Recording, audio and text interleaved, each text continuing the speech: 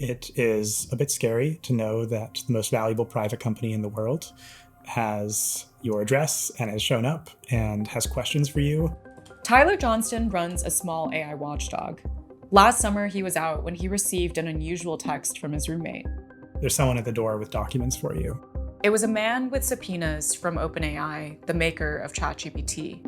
They were asking for every former employee that we had spoken to and what we said to them, every congressional office that we spoke to, every potential investor that we spoke to. Tyler is just one of many advocates suddenly being targeted.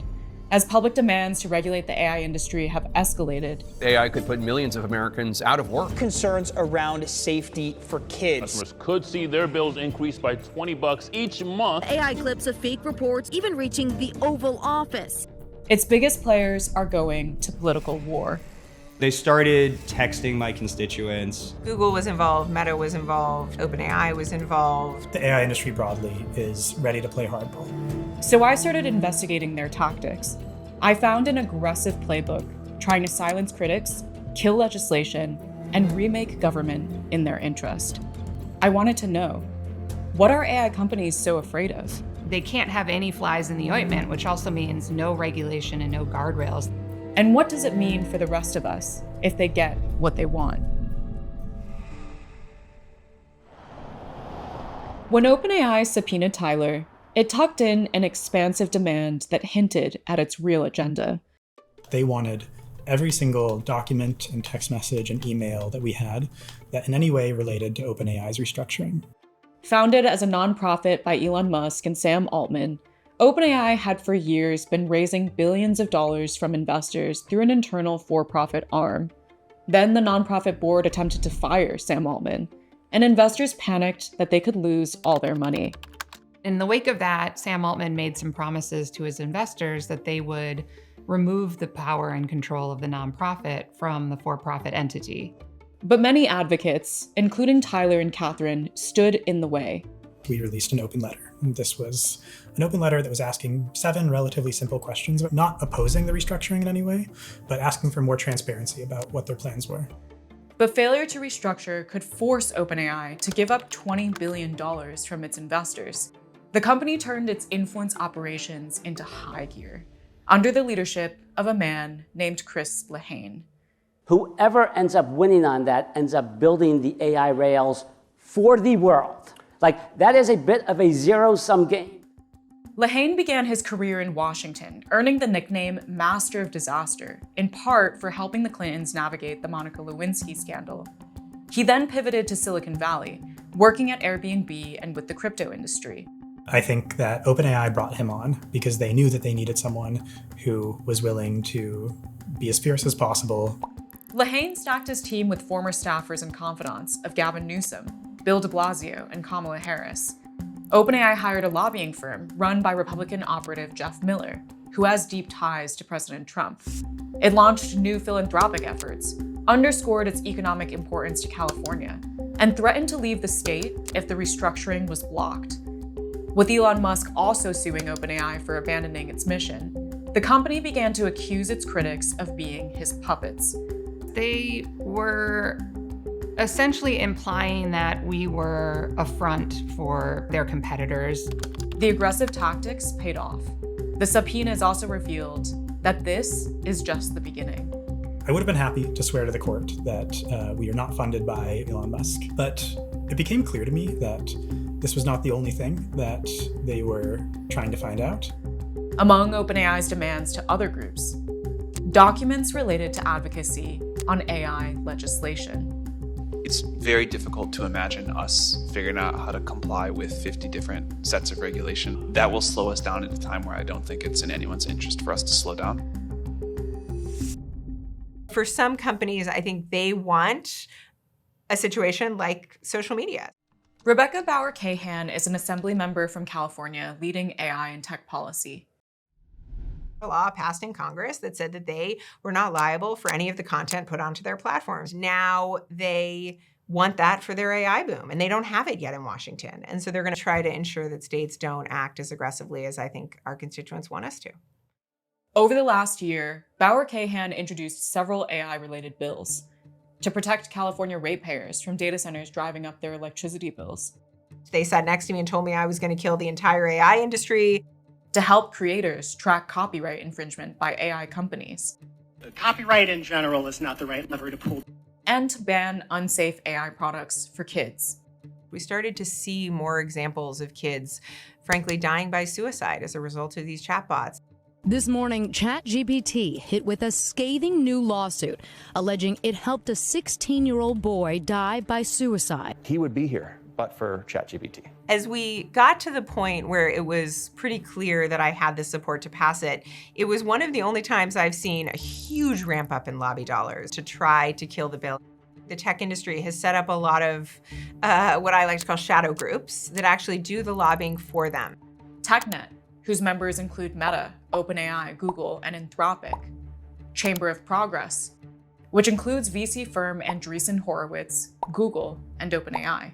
I think it's important that you are forthcoming about who funds Chamber of Progress. Absolutely. I'd like to say first that Chamber of Progress does not accept a vote or veto from any of the technology companies or our partners that we have on our board. But you didn't answer the question. I can list all of them if you'd wish. American Innovators Network, which has Andreessen Horowitz and Y Combinator, the startup accelerator formerly run by Sam Altman. The argument they were making was that it would end all chatbot access for children, that they couldn't create safe chatbots by design for kids. Despite the lobbying blitz, the Lead for Kids Act passed both state chambers with supermajorities. Companies didn't stop there. OpenAI even sent a demand for documents to the parents whose teen died by suicide after using ChatGPT, who were pushing for regulation. In the end, Governor Gavin Newsom vetoed the bill. In its stead, Newsom signed a different bill, which the tech lobby had successfully weakened. It only required chatbot developers to have a protocol, not guarantees, for preventing harmful content.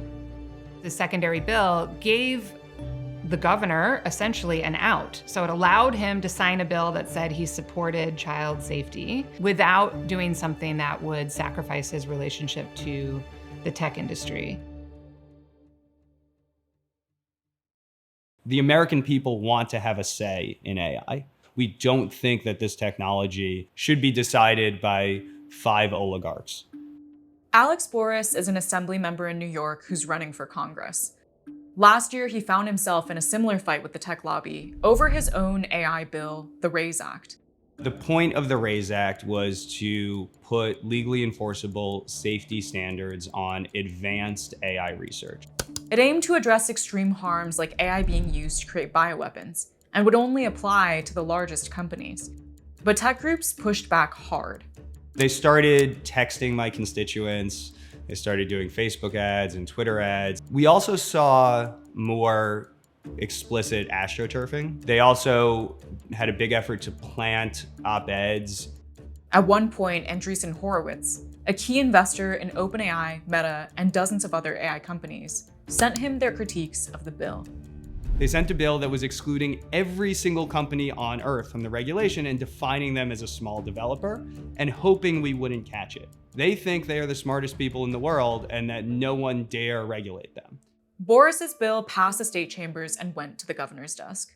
A few months later, the AI industry launched several new super PACs with hundreds of millions to spend on political races. The funders include Meta, Andreessen Horowitz, and OpenAI co-founder Greg Brockman. One of the first targets, Alex Boris. Boris sponsored the RAISE Act, which creates a chaotic patchwork of state rules that would crush innovation. The AI super PACs are modeled in part after Fairshake, a crypto industry super PAC that claims credit for taking down its enemies in the 2024 election. Fairshake spent close to $200 million and got what it wanted: a friendly Congress and federal-level pro-crypto legislation. Chris Lehane was Fairshake's top strategist, and the Andreessen Horowitz founders were among its top donors. Its spokesman was Josh Vlasto, who formerly worked for Chuck Schumer and Andrew Cuomo. So we had a clear rubric. If you were pro-crypto and blockchain, we'd support you and help you win. If you were anti, we would oppose you. Now the gang is back. Vlasto is running the Andreessen Horowitz-funded AI super PAC with input from Lehane.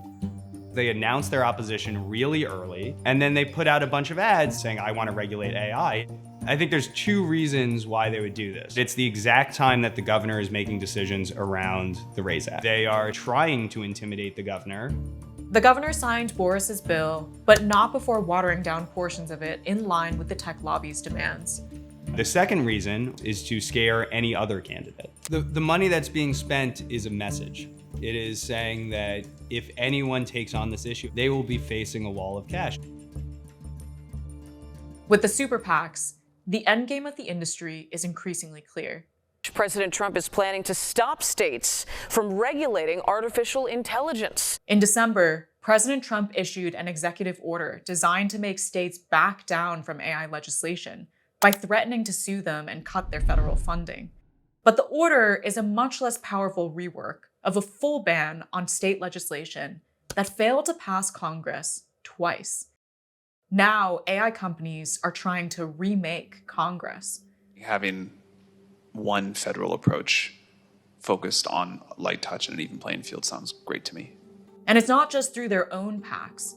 Greg Brockman and his wife Anna were the top donors to Trump's super PAC in the second half of 2025.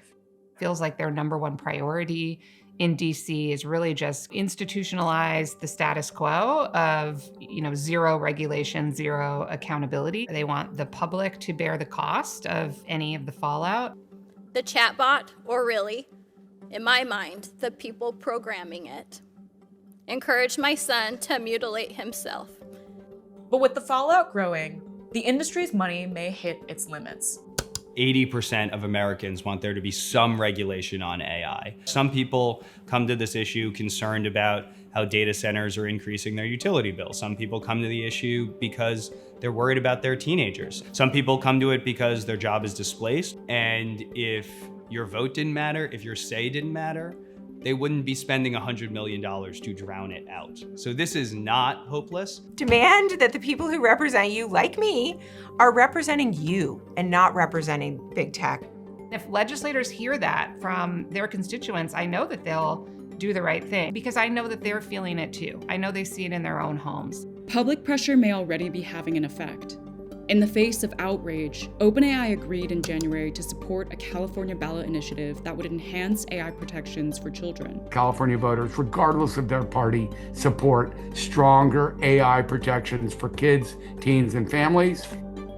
While the measure doesn't go as far as the Lead for Kids Act, it's stronger than any existing legislation.